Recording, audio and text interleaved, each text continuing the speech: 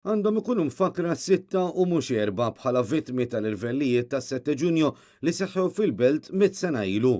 Dan hekk kif l-istorja qed turi li minn barra l-4 persuni li mietu waqt l-irvellijiet kien hemm 2 oħra li mietu fil-jiem ta' wara kawża tal-feriti li ġarbu. Hekk spjega Dione Borċ, ġurnalista Net Television li għal dawn l-aħħar snin investiga fid-dettall dak li ġara f'dawn l-irvellijiet u l-effett li dawn ħallew fuq pajjiżna. U kien mistieden waqt il-programm Net Live. Madwar isu naħseb iktar minn 15-il sen ilu, kont attendejt bħala ġurnalist għal waħda mill-kommemorazzjonijiet u l-speaker ta' dak iż-żmien Dr. Michael Frendo, ara kemilu, kien irrefera għal 2 persuni oħrajn u kien irrefera għal Antonio Caruana u Francesco Darmanin bħala 2 vittmi oħrajn ta' 7 Ġunju, għax fis-7 Ġunju mietu 4 waqt l-irvellijiet.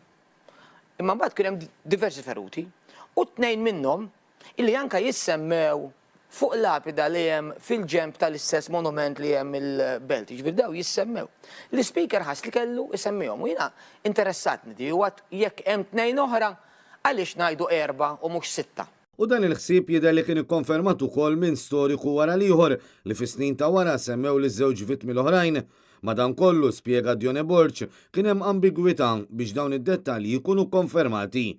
Iżda l-istorja kellha żball dwar kunjom wieħed minn dawn iż-żewġ persuni, aktarx minħabba li l-kunjomijiet jistgħu jinkitbu viċin xulxin meta jinkitbu bl-idejn. Fir-realtà hemm żball fl-istorja. Il għaliex mhux Caruana imma Cassano. Li ġara kien illi wieħed minn daw il-persuni, Antonio Cassano, illi wara l-inċidenti ta' 7 Ġunju iddaħħal fl-isptar Santo Spirito ir-Rabat, jien rrid inkun naf jekk hux Caruana inkella Cassano. U mort irriċerkajt l-isptar u sibt id-dati, sibt is-sena ta' kemm daħlu nies fl-isptar ma kinux jitlu ħafna popolazzjoni żgħira, u ma jirriżultax li kien hemm xi ħadd Caruana, imma jirriżulta li daħal Antonio Cassano on the day. Din l-informazzjoni u aktar joħorġu fid-dettall waqt il-produzzjoni 7 Ġunju Kontem li Dione Borċ innifsu produċa biex din l-istorja tibqa' ħajja sal-lum. Il-produzzjoni se tinkludi wkoll intervista li saret madwar 10 snin ilu ma' Peppi Ġellel mill-Birgu li dakinhar kellu 103 snin u li mit-sena ilu għex l-avvenimenti tas-7 Ġunju. U jirrakkonta li bħala tifel kien preżenti l-Belt meta seħħew dawn l-irvellijiet storiċi. Dione Borċ fisser kif Ġellel spjegalu li dakinhar kien mar b'kombinazzjoni l-Belt biex jixtri xi pastini għal festin li kellu jkun organizzat fil-Birgu. Dak kien tifel ta' 10 snin illi mar mill-Birgu lejn il-Belt propju dikinhar kombinazzjoni, mhux intenzjonat li mar il-Belt, sabiex jixtri l-pasti għal festin tal-festa illi kien se jkun organizzat ġewwa l-Birgu u kif kien il-Belt inqabad f'nofs il-folla, l-irvellijiet. Minkejja ta' età daqstant kbira, Dione Borċ jispjega li Ġellel kien żvelt u b'memorja tajba u spjega l-atmosfera fil-pajjiż dakinhar meta missirijiet naqamu u wettqu dawn l-irvellijiet importanti.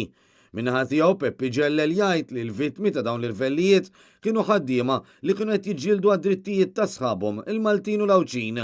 Ħaddiema kollha kienu u dawn li mietu tista' seqda li mitminaw. Ejwa, naf lejlu da' żgur nafulhom. Barklor kien, bar speċjaqqas kien ma kien soċjali ma' n-niesa Barklor. Kien Barklor tal-ajara. Mish tara biex iġġieled tela jara bħalma tlajt jien. Dione Borċ fakkar kif hemm min saħansitra jipproponi li din il-festa għandha titqis bħala waħda ta' importanza nazzjonali kbira, anke minħabba li m'għandha l-ebda involviment politiku. Minflok din għandha element soċjali minħabba li dak iż-żmien pajjiżna kien għaddej minn problemi soċjali kbar. Fl-istess waqt dak iż-żmien pajjiżna kien qed jiddiskuti l-possibilità li nibdew ingawdu minn aktar awtonomija u drittijiet politiċi.